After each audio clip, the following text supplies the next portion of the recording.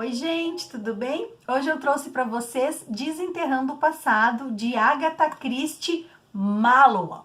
Olha só, ela assina aqui o sobrenome do seu segundo esposo, do Max Mallow, porque é uma homenagem para ele, né? Tanto que o livro ela dedica ao seu esposo, ao seu marido, e também aos amigos que acompanhavam esse casal nas suas escavações, no seu percurso ali pelo Irã, pelo Iraque, ao longo do Oriente Médio, buscando sítios arqueológicos. Então ela diz assim: ao meu marido Max Mallow, ao coronel Bumps, Mac e Guilford, dedico afetuosamente essa crônica sinuosa. E esse livro ele foi escrito durante a Segunda Guerra Mundial. Ela leva 4 anos para escrever o livro. Ela termina lá na primavera de 1944, mas o livro só vai ser publicado em novembro de 1946. Na página 203, lá no epílogo, no final do livro, ela faz um relato assim: essa crônica inconsequente foi iniciada antes da guerra e começou pelos motivos que mencionei, porque muitas pessoas perguntavam para ela como era a rotina, como é que eles comiam, onde é que eles dormiam, como eles bebiam, se tomavam banho, o que eles faziam nesse percurso aí de buscar colinas e sítios para escavações arqueológicas. Eram tantas perguntas que ela resolveu responder, fazer aqui um livro de crônicas, contando um pouco o dia a dia dessa aventura aí de arqueologia, buscando ali cacos, utensílios, objetos que contam a história de civilizações antigas, de muito tempo atrás, antes do nascimento de Jesus Cristo e do nosso calendário, né? Então ela vai continuar dizendo que depois de 4 anos de guerra, né, tenho pensado cada vez mais naqueles dias passados na Síria e finalmente me senti impelida a pegar as minhas notas e toscos diários e completar o que começara e deixara de lado, pois me parece que é bom lembrar que existiram dias e lugares assim e que neste exato momento a minha colina de margaridas está em flor e que velhos de barbas brancas, trotando em seus burricos, talvez nem saibam que do lado de cá está havendo uma guerra. Afinal, não nos atinge por aqui? Pois, depois de 4 anos passados em Londres durante a guerra, eu sei que boa era aquela vida, e foi uma grande alegria e alívio reviver aqueles dias novamente. Escrever essas anotações simples não foi uma tarefa, mas um ato de amor. Não foi fugir para algo que já aconteceu, mas sim trazer para a dura labuta e amargura de hoje alguma coisa que a gente tinha e ainda tem. Pois eu amo aquele país fértil e gentil e sua gente simples que sabe rir e amar a vida, que é alegre e despreocupada e que tem dignidade, boas maneiras e um grande senso de humor, e para quem a morte não é terrível. Ixalá, eu voltarei algum dia e as coisas que eu amo não terão desaparecido desta terra. Primavera de 1944. Ai, que lindo, né, gente? E ela vai trazer aqui situações engraçadas, divertidas e muito pitorescas. Então vem comigo que eu vou contar algumas fofocas, algumas curiosidades que Agatha Christie escreveu aqui nesse livro.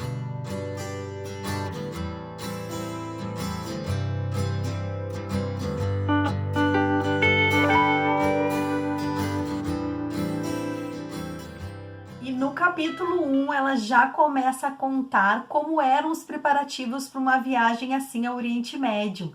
Então ela tinha que comprar roupa, chapéu, uma série de coisas para poder preparar as malas para aquela viagem. Uma coisa interessante que ela conta é que as canetas elas paravam de funcionar. E lápis sempre eram utensílios importantes, tanto para o pessoal ali, os arqueólogos, quanto também para ela, para tomar notas. Então ela pegava lápis de escrever, ela pegava 4 relógios, porque do sol, do calor, os relógios também paravam de funcionar. Então ela vai contando como ela sai em Londres ali pelas lojas, pelas vitrines, procurando sapatos confortáveis, chapéus que suportassem o sol e o vento, as areias do deserto, né? E aí ela começa na busca preparar a mala. Quando já estavam assim quase no dia de embarcar, ela olhava a mala dela em cima da cama, já não tinha mais quase espaço, e olhava a mala do Max. A mala do Max eram só livros. Ele não separava quase nada de roupa, quase nada de nada. Era somente documentos e livros, livros, livros.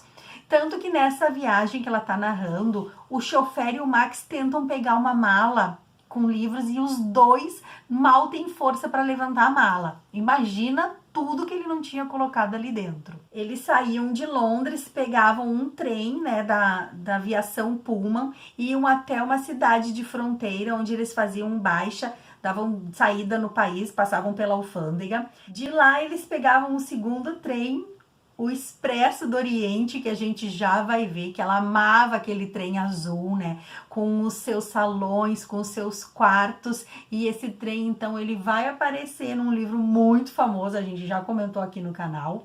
E esse trem circulava por quase toda a Europa. Passava pela Suíça e depois eles faziam mais uma troca de trem, né? Chegavam em Istambul pelo Oriente Express, até que eles iam depois com um trem chamado Wagons-Litz. Então essa viagem durava 5 dias, né? E ali cada lugar que eles iam passando era cobrado de acordo com a moeda do país. Então ela vai contar ali no livro que passa por franco, passa por libra, passa por várias moedas, porque conforme as paradas, as pessoas entravam, saíam, tinham sempre bagageiros, passageiros entrando, maleteiros, era uma confusão.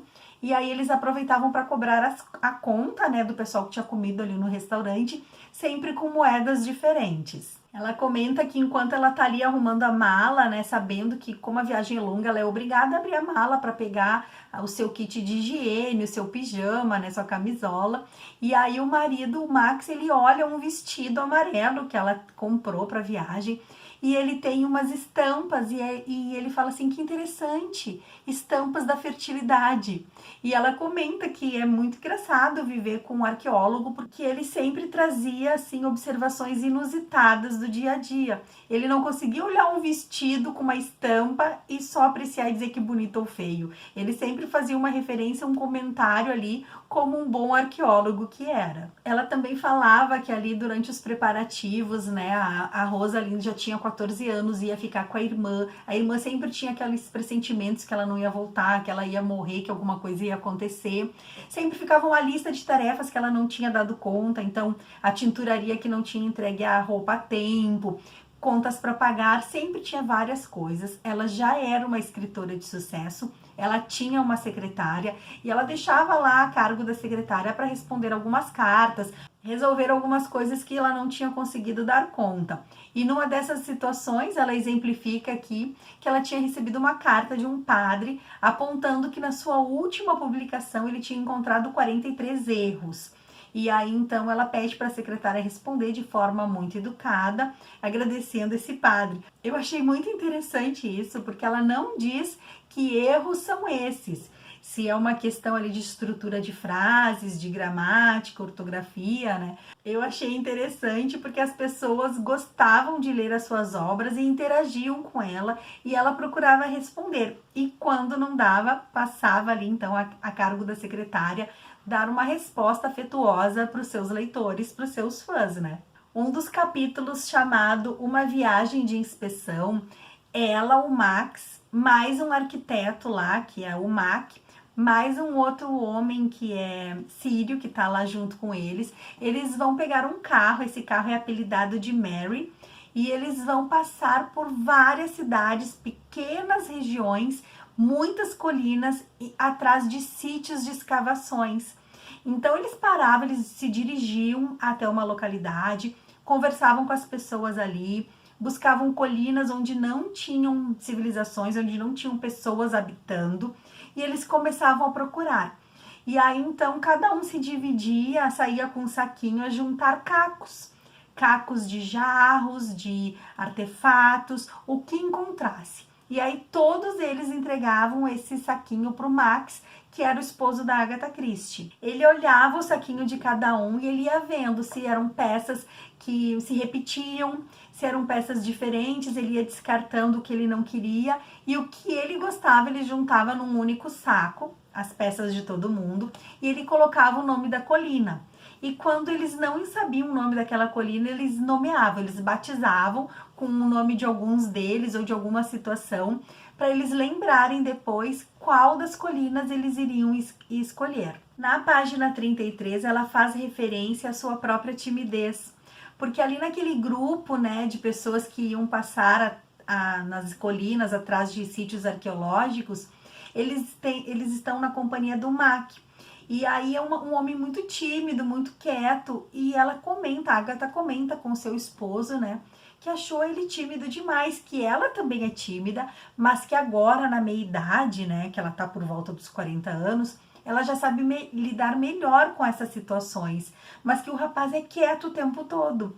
E aí o marido dá uma resposta e diz assim: imagina nós viajando por 3 meses no meio do deserto com uma pessoa que não para de falar, que tinha sido uma escolha dele, e assim, pegar para a sua equipe, para a sua expedição, uma pessoa mais quieta que não ficasse falando o tempo todo. Aí a Agatha disse que ela não tinha pensado nisso, né? Que como ela sempre foi tímida e sempre achou importante conversar ali, buscar conteúdos junto com as pessoas, ela ficou surpresa com a resposta do próprio marido. E um dos homens que estavam na exposição, até anotei o nome dele aqui, é o Hamoud. Ele era o capataz deles, né? Era amigo e também era filósofo da cidade de Ur.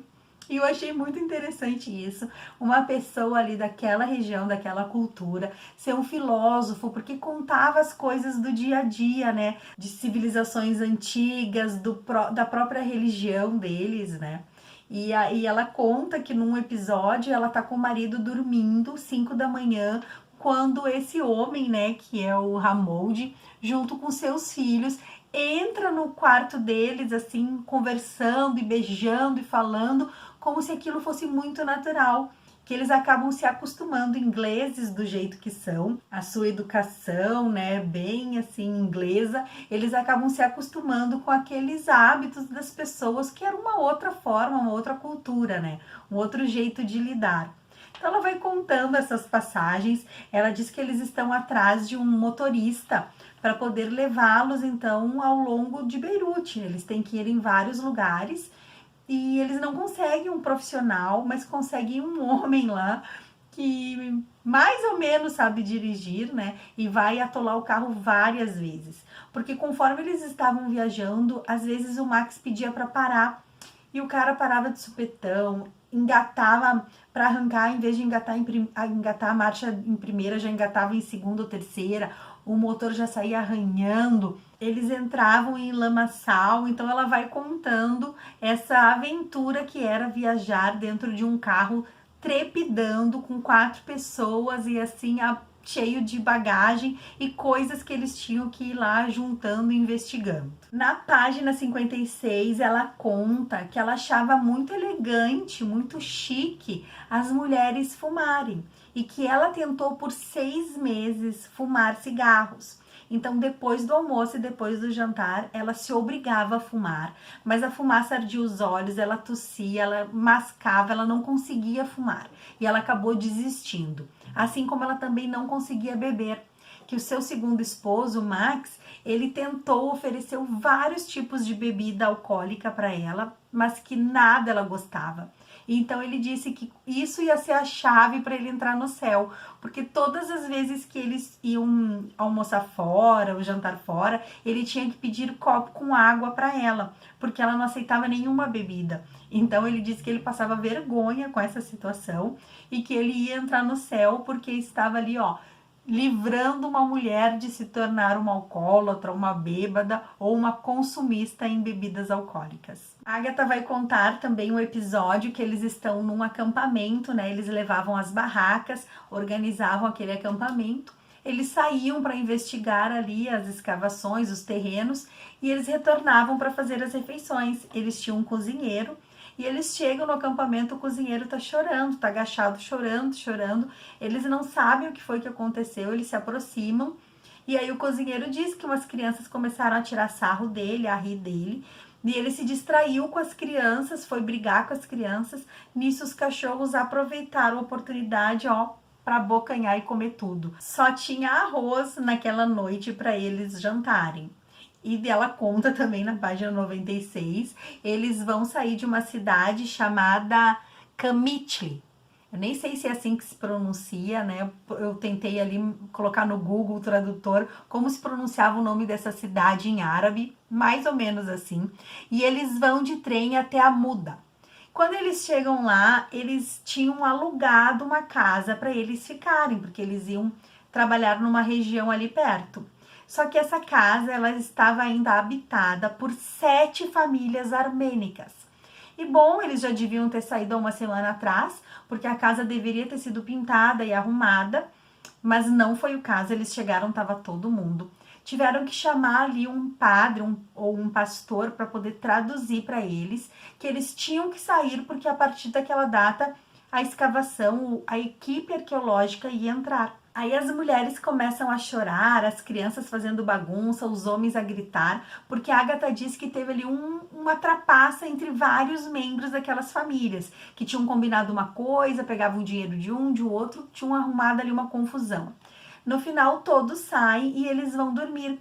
Eles arrumam do jeito que dá a casa, porque a casa estava muito suja, né? Tudo muito bagunçado. E aí, quando eles apagam as luzes para dormir, gente, centenas de ratos sobem na cama, caminham por cima do rosto da Agatha, nos braços e tudo. Eles começam a entrar em desespero. Ela tem um surto, que ela diz que ela não aguenta mais. E o marido fala: dorme que você vai esquecer. Que eles estavam, os ratos caminhando por cima deles, nas camas. Um horror, imagina a cena. E a Agatha diz que não, que se não resolver aquilo, ela vai pegar o primeiro trem de volta para a capital, para Beirute, e vai embora, que ela vai para a Inglaterra, que ela não vai ficar lá naquela situação. E aí, então, o marido chama esse homem que é árabe, que acompanha eles, que é o capataz deles, e pede para que levem as camas para fora da casa. Então, naquela noite, eles dormem ao sereno, né, assim, fora, para poder fugir dos ratos. E aí, no dia seguinte, o Max pergunta se ela vai mesmo embora, e ela diz que não, que ela estava muito nervosa naquela noite. E aí, então, eles começam a tapar os buracos da casa, né? E passar cal e tentar ajeitar para que fique um pouquinho mais habitável. Então, imaginem as situações que a Agatha e o marido passavam. Tem um outro episódio que eles estão chegando numa cidade e tem lá um hotel. E aí eles vão em busca de quartos. Quando chegam lá, o homem diz que os quartos são coletivos, com 4 ou 6 camas, né? E que ele consegue esse alojamento coletivo para todo mundo. Só que o Max quer um quarto individual para os dois e os outros 2 que fiquem no outro quarto. Bom, o homem pergunta quanto que ele está disposto a pagar e chuta o preço lá em cima. E o Max aceita, porque ele tá muito cansado, eles já vêm dormindo em barraca, pegando tempestades de chuva e lama há bastante tempo. Então ele quer um espaço confortável para poder dormir com a esposa. Depois que o dono lá do hotel dá um preço bem caro e o Max resolve pagar, bom, demora um pouquinho ali para eles arrumarem o quarto, as camas. Eles ainda têm que pagar mais 5 shillings para poder trocar os lençóis por lençóis limpos. Imagino que não era, né? E aí eles dormem. Daí no dia seguinte, eles acordam e o Max vai ver onde é que eles vão tomar o café. Quando o Max entra no espaço que é o restaurante, todos os homens, os hóspedes que estavam naquele quarto, estavam dormindo nas cadeiras, nas mesas, debruçados, porque o dono do hotel tirou eles do alojamento para poder ceder os quartos para a expedição do Max e da Agatha Christie. Olha só, já tinha gente dormindo nos quartos e o proprietário falou: não, ou vocês me pagam o preço que ele vai me pagar, ou então essa noite vocês vão dormir tudo aí no restaurante. Ela conta que eles acham uma colina que está desocupada, né? Ela fala aqui, ó, desde o século XV antes de Cristo. Imagina, é tempo, né? E aí ele fica muito feliz porque eles encontram vários artefatos, eles encontram várias coisas naquela colina. E ali próximo uma mulher chega com um filho, um rapazinho de 12, 13 anos que aparentava mesmo estar muito doente. E ela pede para falar com uma palavra Keja, mais ou menos o significado de mestre ou senhor. E eles chamam o Max para ver o que ela quer. E aí tá o rapaz tentando traduzir. Ela quer que ele dê um remédio pro filho melhorar. E o Max e a Agatha sempre viajavam com uma farmacinha, né, com vários remédios, mas ele disse para a mulher que ele não pode dar remédio nenhum, né? E que o menino está assim por conta de Alá, que Alá quer que ele fique desse jeito. Então a mulher diz: se você não pode me dar um remédio para curar o meu filho, então me dê um veneno para matá-lo, porque viver assim não é bom para ninguém. E aí o Max diz que infelizmente ele também não pode dar nenhum veneno para matar o menino.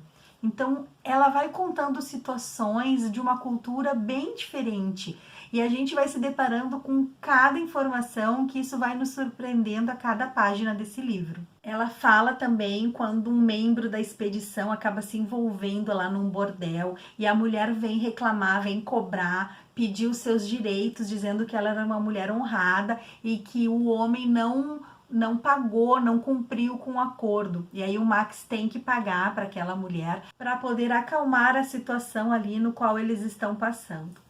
Então são fatos muito interessantes. O livro, como eu disse, ele é dividido em 12 capítulos e ela apresenta aqui 13 fotos. Eu vou colocar algumas fotos aqui no vídeo para vocês verem de locais. Pena que as fotos são preta e branca, né? Mas a gente já consegue ter uma noção dessa realidade deles. Olha que coisa mais linda, ó. Os arcos, a arquitetura, é muito bonito. Eu acho que vale muito a pena a gente conhecer um pouco mais sobre esse universo. Olha só as escadarias, eles descendo bem abaixo, né? Buscando ali vestígios de uma outra civilização.